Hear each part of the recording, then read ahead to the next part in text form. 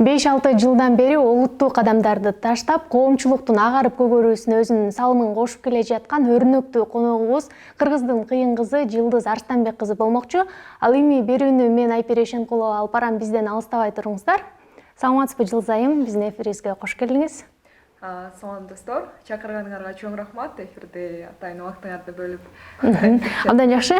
Жылдыз академиясы сиздики экенин билебиз. Анан ошо Жылдыз Арстанбек кызы деген атты укканда мен биринчи Жылдыз академиясын, англис тилин кантип үйрөнсө болот жана чет өлкөдө окуу тууралуу ойлор биринчи эле акылыма келет десем болот да.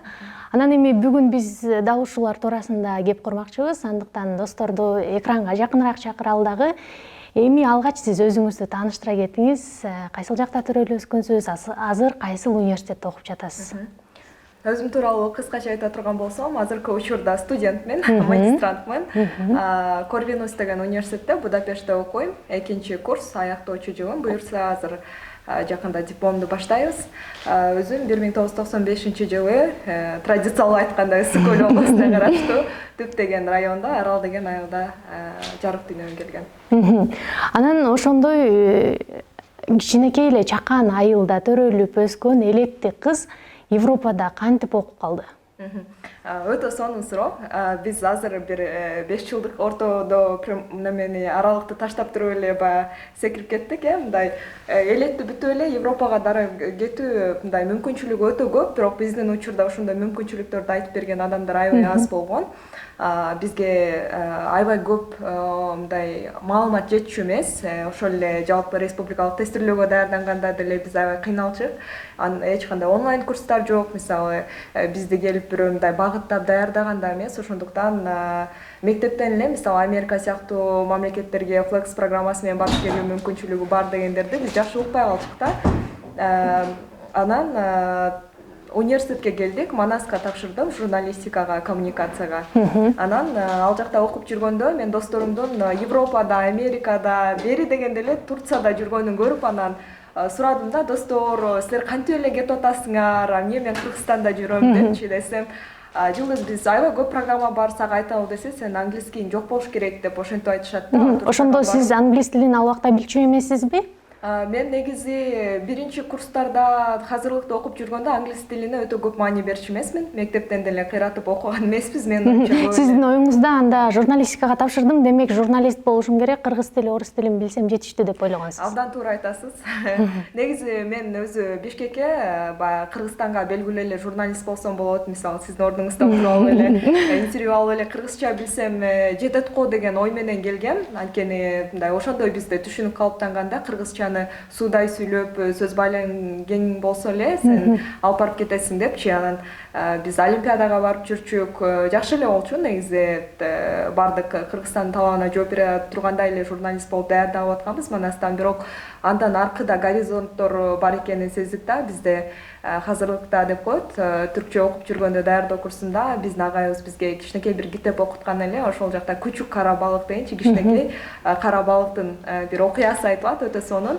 Ал өзү кичинекей эле бир көлмөдө жашап жүргөн болот. Анан ошону менен агып барып чоң сууга барып кошулуп, анан ушундай бир чоң суу экен деп неметкен да. Аны менен дарыяга кошулуп, анан океанга кошулуп, ушундай бир мындай дүйнөсүн кеңейтет да. Биздики деле ошол сыяктуу болду. Биз кичинекей нерседен баштадык. Айылдык мектепти жакшы окудук, келип университетти жакшы окудук. Андан кийин Америкага барып келдик. 2017-жылы бир алмашуу программасы менен жайында окуп келдик. Андан кийин көп Центральный азиатский, Борбор Азиядагы мамлекеттерди ар кандай конференциялар менен кыдырдык. Анан Европага чыктык, Москвага барып келдик дегендей, Турцияга бардык. Мындай аз-аздан отуруп эле чоң багыттар бар экенин көрдүк. Абдан сонун. Ошондо сиздин Европага чыгышыңызга, чет өлкөгө барып окуса болот дегенге чөйрөңүз да абдан таасирин тийгизиптир. Анан ошо чет өлкөдө барып окуунун артыкчылыктары бар, анан ошол эле учурда кыйынчылыктары да болбой койбойт да. Ошолор туурасында айтып берсеңиз. Европага барганда негизи эле башка мамлекетке барганда сөзсүз түрдө кыйынчылыктан өтөсүң. Менин эсимде биринчи жолу Америкага баргам. Биринчи чыккан мамлекетим ошол болгон. Мен жөнөкөй эле мисалы жолдон кыйналгам. Анткени самолетко түшкөндө кандай кийинип жүрүш керек ошол нерсени билбейт болчук. Биз жука кийинип чыгып алганбыз жайдепчи, бирок жайында деле самолеттун ичинен тоңуп калат экенсиң да. Анткени air conditioning бардык жерде иштейт, бардыгы ичи муздак. Анан ошондо эле башталган, баягы чет мамлекетке уже даяр барышың керек. Ал жакта culture shock деген нерселер да болот, маданий шок деп коебуз, кыргызча. Жаңы маданият, жаңы адамдар, сүйлөшүүлөрү башка, кайрылуусу башка, стили башка, дини башка, деги эле бардык жактары башкача да. Анан баягы китептен окуган башка, бирок көргөн жактары башка. Тем более сен бардык баягы айланаңды англис тилинде сүйлөгөндөр курчап турса, биринчи жумада чындап эле бир аз оорураак болот. Ал жака адаптация болуш керек, көнүш керек. Бирок биз ал жакта бир айдан ашык жүрдүк, анан акырында кеткибиз келбей калды. Анткени көнүп калганда анан кайра Кыргызстанга кетесиңер деп бизди алып кетип калды да. Ал эми Европадагы окуу системасы жана башкаларды айта турган болсок, Европада окуу системасы өтө сонун. Эгерде чет мамлекетке бат-баттан чыгып турсаңар, баягы культура, маданият деген нерселерге деле көнүп кетесиңер. Анткени өзүңөр даяр болуп барасыңар 1-2 жолу чыккандан кийин. Ал жакта мени кыйнаган нерсе бул тамак аш да. Анткени ал жакта мисалы халал этти табыш кыйын. Мындай баскан сайын эле кадам сайын өтө көп кафе, ресторандар бар, бирок бардыгына эле кирип тамак иче аласың дегенди билдирбейт. Себеп дегенде ал жакта мисалы эттери адал эмес болушу мүмкүн. Ушул эми мусулман адамдарга ошол туура келбеген да бир прям бардык шарттар түзүлгөн нерселер жок, бирок түрк кафе, түрк ашканалары бар, ошол жакта барып да тамактанса болот. Ушу тамак ашынан көбүрөөк кыйналам, анткени калориясы да өтө немеби биздикиндей эмес да. Негизи мен балким биздин Борбор Азиянын ашканасын аябай жакшы көрөм, ошол нерсеси бар. Анан экинчи нерсе бул негизинен ал жакта баягы diversity дейт, ошого даяр болуп барыш керек. Diversity деген бул бир мамлекетте көптөгөн улуттардын жашоосу. Мисалы Кыргызстанды карай турган болсоңуз, бизде көбүнчөсү баягы башка улуттун өкүлдөрү аз болгондуктанбы билбейм, көп 80ден ашуун деп айтат. Биз ошого бирок толеранттуу эмеспиз да. Мисалы Баткендеги болуп аткан окуялар, ошол жакта аябай көп чырлар чыгып турат, дайыма ошол жак проблемалуу зона болуп саналат. Ал эми башка Европага барсаң, ошол эле Америкада жүрсөң, жада калса Москвада жүрсөң деле андай улуттар аралык кастык деген нерселер жок. Анткени ал жакта аябай көп улуттун өкүлдөрү жашайт. Метрого түшсөң, ошонун ичинен эле кеминде 5-6 улуттун өкүлүн көрүп чыгасың. Ошондуктан ал нерсеге да даяр барыш керек. Анткени диндери башка, салты, маданияты башка, анан кайрылуулары, алардын жеген тамактары башка болушу мүмкүн. Ошол нерсеге адам моралдык түрдө даярданып барыш керек. Ошону кабыл алганга досторуң деле башка религиядан болуп калышы мүмкүн мисалы. Ошого өзүңдү даярдап барышың керек. Абдан жакшы. Анан чет өлкөгө мисалы үчүн тилин билсе, ошол бара турган өлкөнчү, эми көпчүлүк тили азыр англис тилин жакшы деңгээлде билсе эле тапшырып кетип окуй алат, өзү ишин аракет кылсачы. Ал эми биздин мындай түшүнүк калыптанып калганда, же болбосо бай атаң болуш керек, тааныш билишиң болуш керек деген сыяктуучу, анын баарынын кереги жок. Туурабы? Негизи биз барган Венгрия өлкөсүнө барган стипендия башында аябай чыр чыгарган. Анткени Кыргызстанга келген эле бизде баягы депутаттардын балдары кетип атат, тааныштарын салып кетип атат, чоңдун балдары кетип атат деп эле аябай көп чыр чыккан болчу өтпөй калгандар. Анан ал канчалык деңгээлде чын төгүнүн дагы кийин сүрүштүрүп жүрүштү окшойт, бирок кандай болуп калды ал дагы коомго ачык чыкпай калды. Биз барганда бирок бардыгы адилеттүү эле өттү. Анткени биз бир сом бир тыйын бербей эле өзүбүздүн күчүбүз менен өткөнбүз. Бул программа өзү 3 турдан турат. Биринчи документация жөнөтөсүңөр, документацияны Венгрия тарап карап, анан Кыргызстанга список берет, атайын мо адамдар өттү деп, ошол адамдардын тизмесине карап интервью алат. Кыргызстанда кыргызча эле болот интервью, кызыгы.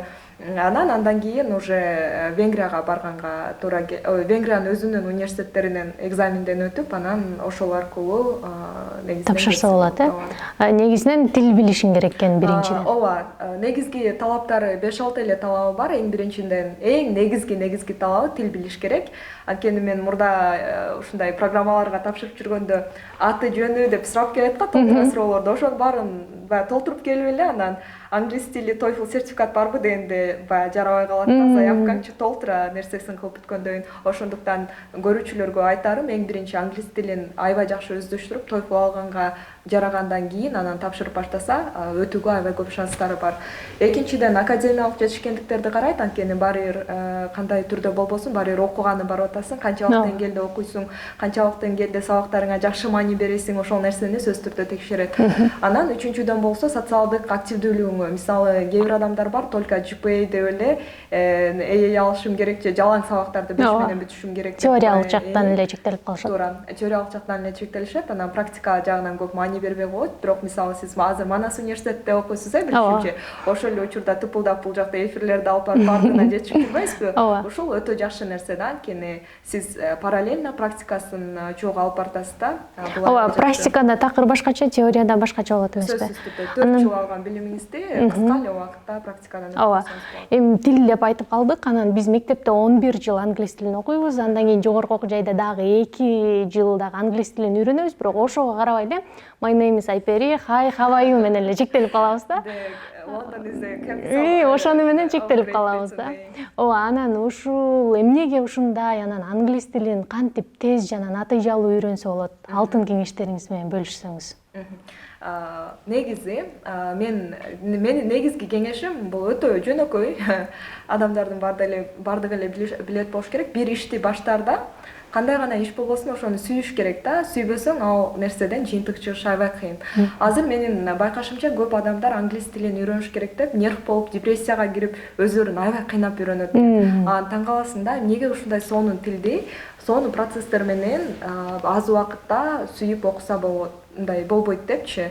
Негизинен англис тилди үйрөнүүчүлөргө биринчи кеңешим англис тилин сүйүп калыш керек. Мисалы, жөнөкөй эле мисал, жашоодо деле бирөөнү сүйүп калсаң, адамды, бир баланы же бир кызды анын аркасынан чуркап, ага жетиш үчүн кандай нерсе билип каласың, аны ойлоносуң. Ойдон коруп, тоонутон коруп, ойдон коруп, тоонутон коруп, 24 саат сутка бою, мындай бир сутка бою ойлонуп, мындай уктасаң түшүңдө, ойгонсоң, баягы оюңда болуп, ушундай болот го. Англис тили ошондой болуш керек да. Англис тилинде керек болсо түш көрүш керек, түшүңдө англисче сүйлөш керек. Ошондой деңгээлде англис тилин сүйүп окусаңар, бул процесс өтө бат, анан enjoyable деп коет да, өтө силерге көңүлдүү болот, аябай жагат силерге. Бул эң биринчи кеңеш.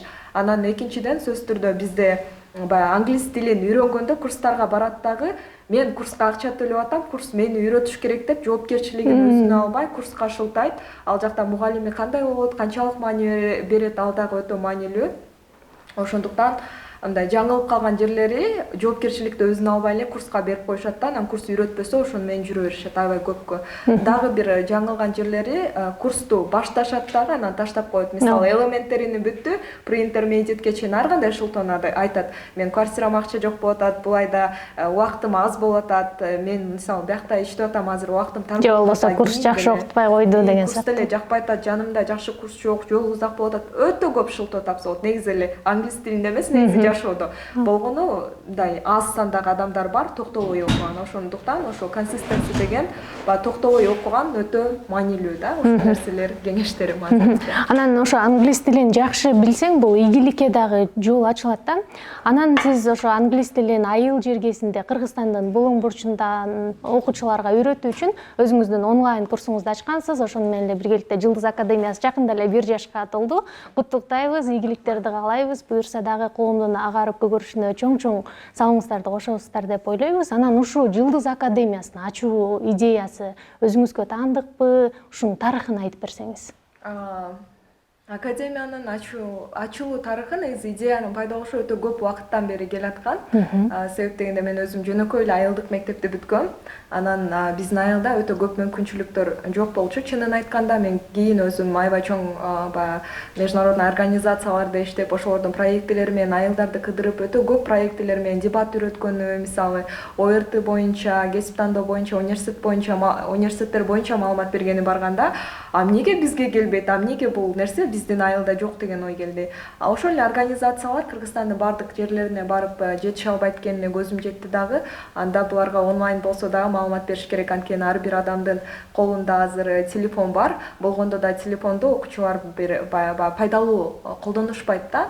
Албетте окуучуларга пайдалуу контенттер өтө көп, орус тилинде, бирок англис тилинде. Ошондуктан алар баягы кыргыз тилдүү аудиторияга жете турган, аларга бардык нерсени мындай алаканга салгандай көрсөтүп, бардыгын айтып, бардык шарттарын, кадамдарын түшүнүктүү кылып жазып бере турган контентти көргөн эмесмин да. Ошондуктан биз ошондой контент ачып баштаганбыз. Негизи эле мен өзүм жалпы республикалык тестирлөө тармагында 2014-жылдан баштап сабак берем. Анан окуучу Манаста мугалимдер күлүп калышат. Жылдыз сен журналист болбой эле мугалим болуп атасың депчи. Анан мен да күлүп калам. Ооба, мен мугалимдикке мындай өтүп баратат окшойм. Себеп дегенде бул нерсе мага аябай жагат. Окуучуларга билген нерсемди бөлүшкөн, айтып берген, үйрөткөн, анан ошолордун жыйынтыгын көрүп алып кубанган аябай жагат. Ооба, мугалим менен журналисттин айырмасы, мугалим болсо окуучуларды агартып көгөртүп атат да, ал эми журналист болсо коомго пайдасын келтирип атат. Журналист болуңуз дебейсизби? Жок, эки жактың абдан жакшы. Анан эми ошо Жылдыз академиясы англис тилин дагы үйрөтөт, ошол эле учурда ОРТга да даярдайсыздар, бирок онлайн форматында, менин билишимче. Анан ошо айыл жергесиндеги окуучулар мисалы үчүн ОРТдан жакшы бийик балларды ала албайт да. Себеби эмне дегенде, алар эми айылда шарт жок, даярдай турчу курстар жок, анан айылдагы бүтпөгөн түйшүктүү оокаттарды шылтоолоп келишет да. Анан кантип айылдагы орто мектептеги окуучулар, мектеп бүтүрүүчүлөрү ОРТдан жогорку балл алса болот? Абдан сонун суроо бердиңиз. Негизи окуучуларды ойлондуруп атса керек. Анын үстүнө бизден бир 80% бүтүрүүчүлөр айыл жергесинен. Бирок биз дайыма ойлоп келгенбиз, негизинен сөзсүз шаарда жашагандар эле көп балл алат депчи, бирок бул стереотиптүү көз караш экени былтыр далилденди. Анткени жалпы республикалык тестирлөө боюнча эң жогорку балл алган адам бул айылдык эле мектептин окуучусу болуп чыкты. Өткөндө эле биз кезиктик, айылдык эле мектептен окуган, жакшынакай эле шаарга келбей эле үйүнөн даярданып отуруп эң жогорку балл алган кыз ошо айылдан болуп чыкты да. Анан демек бул нерсе баягы биздин сөзсүз түрдө шаарга келип окуш керек же шаардык болсоң эле ОРТдан жакшы балл аласың деген нерсени жокко чыгарат.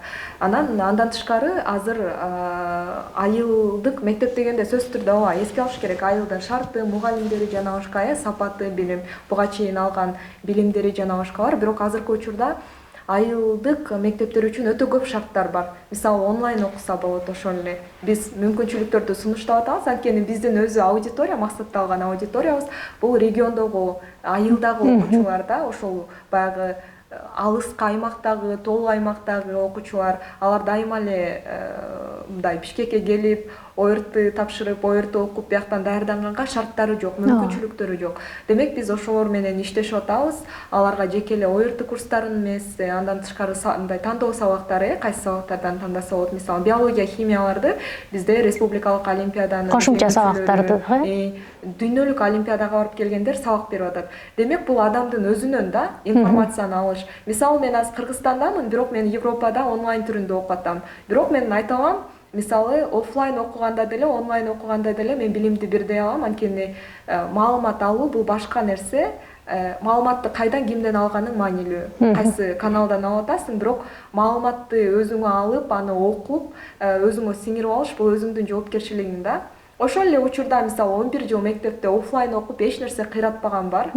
Бирок онлайн окуп бир ийгиликке жетип аткан адамдар бар. Өткөндө биз көрдүк пандемия учурунда Гарвард сыяктуу, Оксфорд сыяктуу чоң университеттер өзүнүн курстарын онлайн бекер кылып салды. Дүйнөдө эмне деген адамдар укмуш нерселерди үйрөнүп алышты. Бирок алар чындап үйрөнүштү да, анткени алар онлайн мындай окуганды билет. Анан ошол эле учурда бизде онлайн окуунун да бир аз немеси түшүп кетти окшойт, статусу. Эмне үчүн? Анткени Кыргызстан пандемияда көп нерсеге даяр эмес, ошол эле саалык жагы, ден соолук жагы, ден соолук дегенде медицина жагында даяр эмес болуп калды. Ошол эле учурда бизде билим берүү дагы такыр даяр эмес болуп калды да. Ошондуктан ага дагы алдыда токтолобуз билим берүү системасына. Анан эми ошо ОРТга даярдап эле чектелбейсиздер, кесип тандоого да жардам бересиздер. Ар бир кесип ардактуу деген рубрикаңар бар. Ал жактан ар бир кесипти күлжүп жиликтеп көрсөтүп бересиздер, анын оң жагы терс жагы дегендей. Анан ошо ар бир окуучу кесип тандап атканда ата энесинин айтканына же тууган тааныштарынын айтканына карап тандап коюшу мүмкүн, же болбосо кесип тандап атканда ал кесиптин актуалдуулугу, анан баланын ошого чын эле чымыны барбы, жөндөмү туура келеби, ошого да караш керек. Анан дагы башка эмнелерге көңүл буруш керек? Өтө сонун. Негизи көрүүчүлөргө айтарым Айпериге рахмат айтып атат. Өтө керектүү маалыматтарды алып берип атат. Эми кесип тандоо тууралуу сөз кыла турган болсок, бул өтө маанилүү шаг да. Анткени бизде бир традициялуу айтылган нерсе бар, жашоодо эки нерсени жаңылбай тандаш керек. Бул биринчиси кесип, экинчиси өмүрлүк чарың деп. Бирок бул биринчи немеде турат да. Ооба, азыр кесипти ойлойлу. Кесипти ойлойлу, экинчисин кое туралы. Биринчиси бул өтө маанилүү, анткени кесип силер менен өмүр бою жүрөт да. Мисалы биз тандап алган кесип менен өмүр бою иштейбиз. Бирок эми өмүр бою деп деле айткан туура эмес, анткени азыркы учурда өтө заман бат-бат алмашып атканына байланыштуу 5 жылдык диплом жарабайт да. Мисалы өмүр бою иштегенге мурдагыдай эмес, азыр апдейт деп коет. Ошол эле немени өзүңдүн багытың боюнча жаңы билимдерди дайыма алып турбасаң, сен кесипкөй адис болбой каласың. Бат эле бул 2-3 жылдын ичинде эле чыгып каласың да. Анткени азыркы учурда ошол эле журналистика тармагында бардык тармакта бардык нерселер күн сайын жаңыланып турат. Анан кесип тандоо боюнча келе турган болсок, сөзсүз түрдө бизде кесип тандоо боюнча кыйналгандар аябай көп. Менин оюмча бир 10 баланын бир 8-өндө эле кесип тандоо боюнча көйгөй бар да. Эмне үчүн? Анткени бизде мектепте профориентация боюнча атайын сабактар өтүлбөйт. Ошол эле багыт бергендер, туура багыт бергендер аябай аз. Анан адамдар да өзүнүн жөндөмү, эмнеге жөндөмү бар экенин көп билбейт да. Анткени мисалы бизде Америкада сен гуманитарияга, сен табигый так илимдерге, сен бул жагына спортко, сен көркөм өнөр жагына кетесиң деп бөлүшпөйт. Ошондуктан биз подряд бардык сабактарды окуган үчүн дагы биз кыйналабыз да.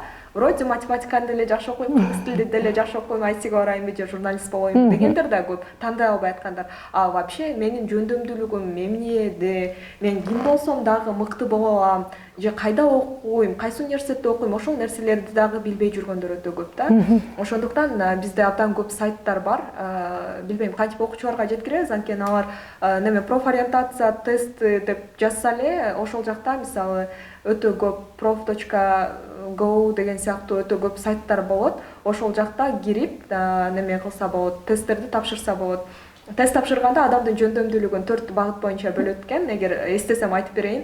Адам технология, адам технологияга байланыштуу кесиптерди сунуштайт. Адам human and science деген бар. Адам жана немелер символдар. Мындай биз экөөбүз ошого кирип калабыз, именно биз тамгалар жана башка нерселер менен иштейбиз.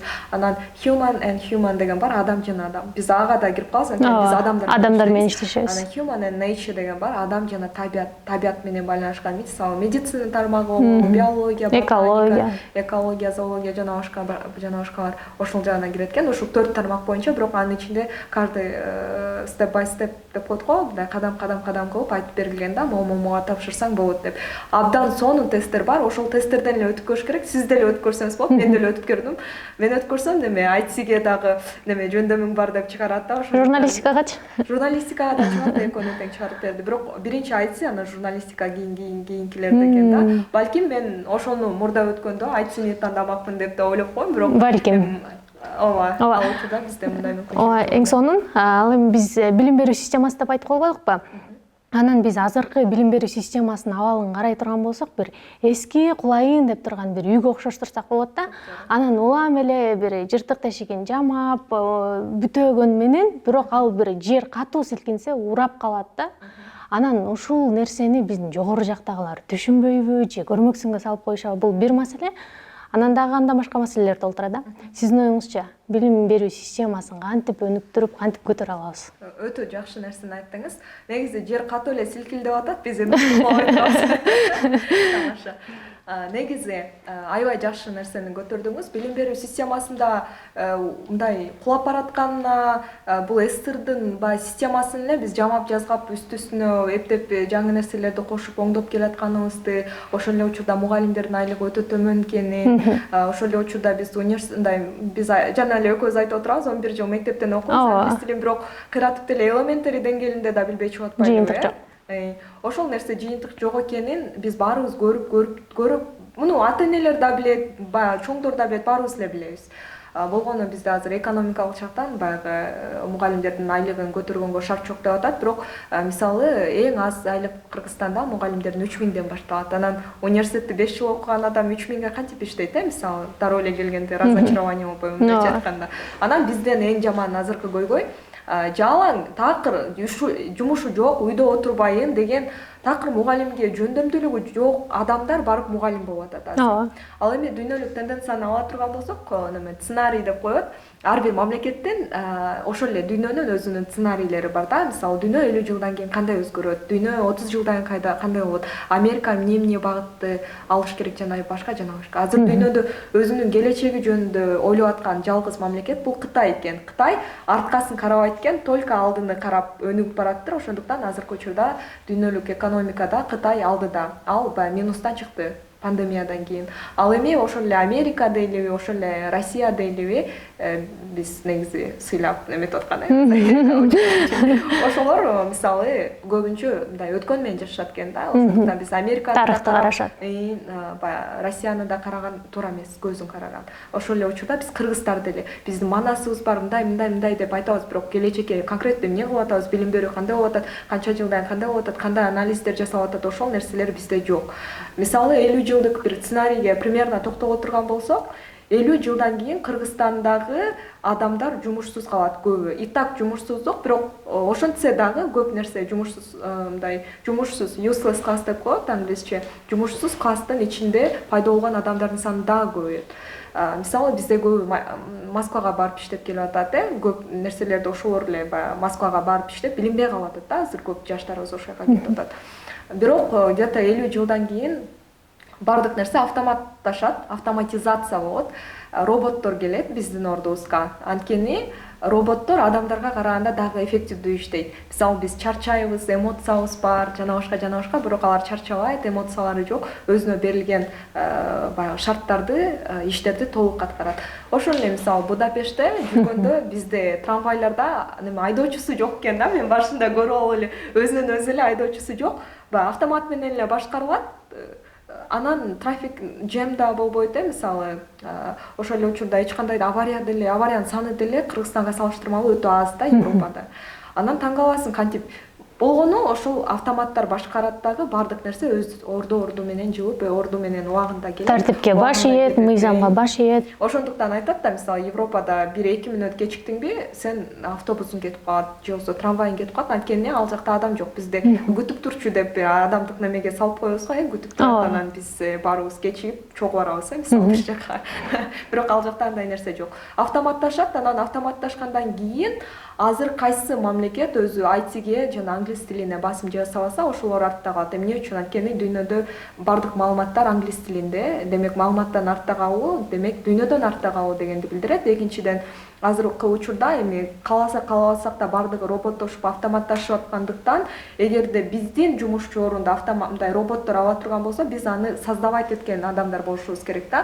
Роботторду создавать этип, ошо алгоритмдерди иштеп чыккан биз болушубуз керек. Эгер ошол позицияны азыртадан Кыргызстандын билим берүү системасы өзүнө албаса, анда бир 50 жылдан кийин бизде өтө чоң бир катастрофа болот.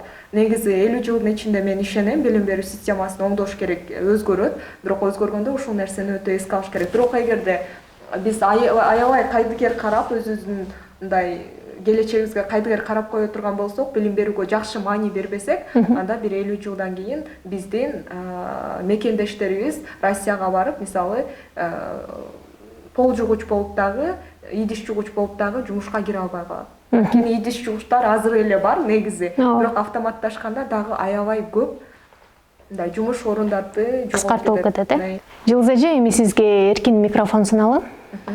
Биринчиден чакырганыңарга, сонун суроолоруңарга чоң рахмат. Силердин да ишиңерге ийгилик. Жалпы биздин аудиторияга, бизди көргөндөргө айтарым, эң башкысы өзүңөрдүн багытыңарды туура жаңылбай тандагыла, анан өзүңөрдүн жаштыгыңарды, энергияларыңарды туура нерселерге сарптагыла. Бул өтө маанилүү. Анан карыганда 40-та 50-дө кылам деген нерселер такыр болбойт. Баарыңарга ийгилик, өтө көп мүмкүнчүлүктөр бар, ошонун баарын колдонуп калгыла. Негизгилери ошолор. Анан эгерде баягы бекер маалымат алам дегендер болсо, анда Жылдыз Академия деп ZH менен жазып Инстаграмда, Фейсбуктан издесе, ошол жакта полный профориентация университеттер боюнча, кесип тандоо боюнча бекер маалыматтар бар. Чоң рахмат. Достор, биз дагы берүүбүздө жыйынтыктайбыз. Биз менен Маек Корган, Жылдыз Академиянын негиздөөчүсү Жылдыз Арстанбек кызы болду. Сизге чоң рахмат, ишиңизге ийгилик, бекем ден соолук жана чыгармачылык эргүү каалайбыз. Биз эфирибизде жыйынтыктайбыз. Сиздер менен мен Айпер Эшенкулова болдум. Кийинки эфирден амандашканга чейин сак саламатта туруңуздар.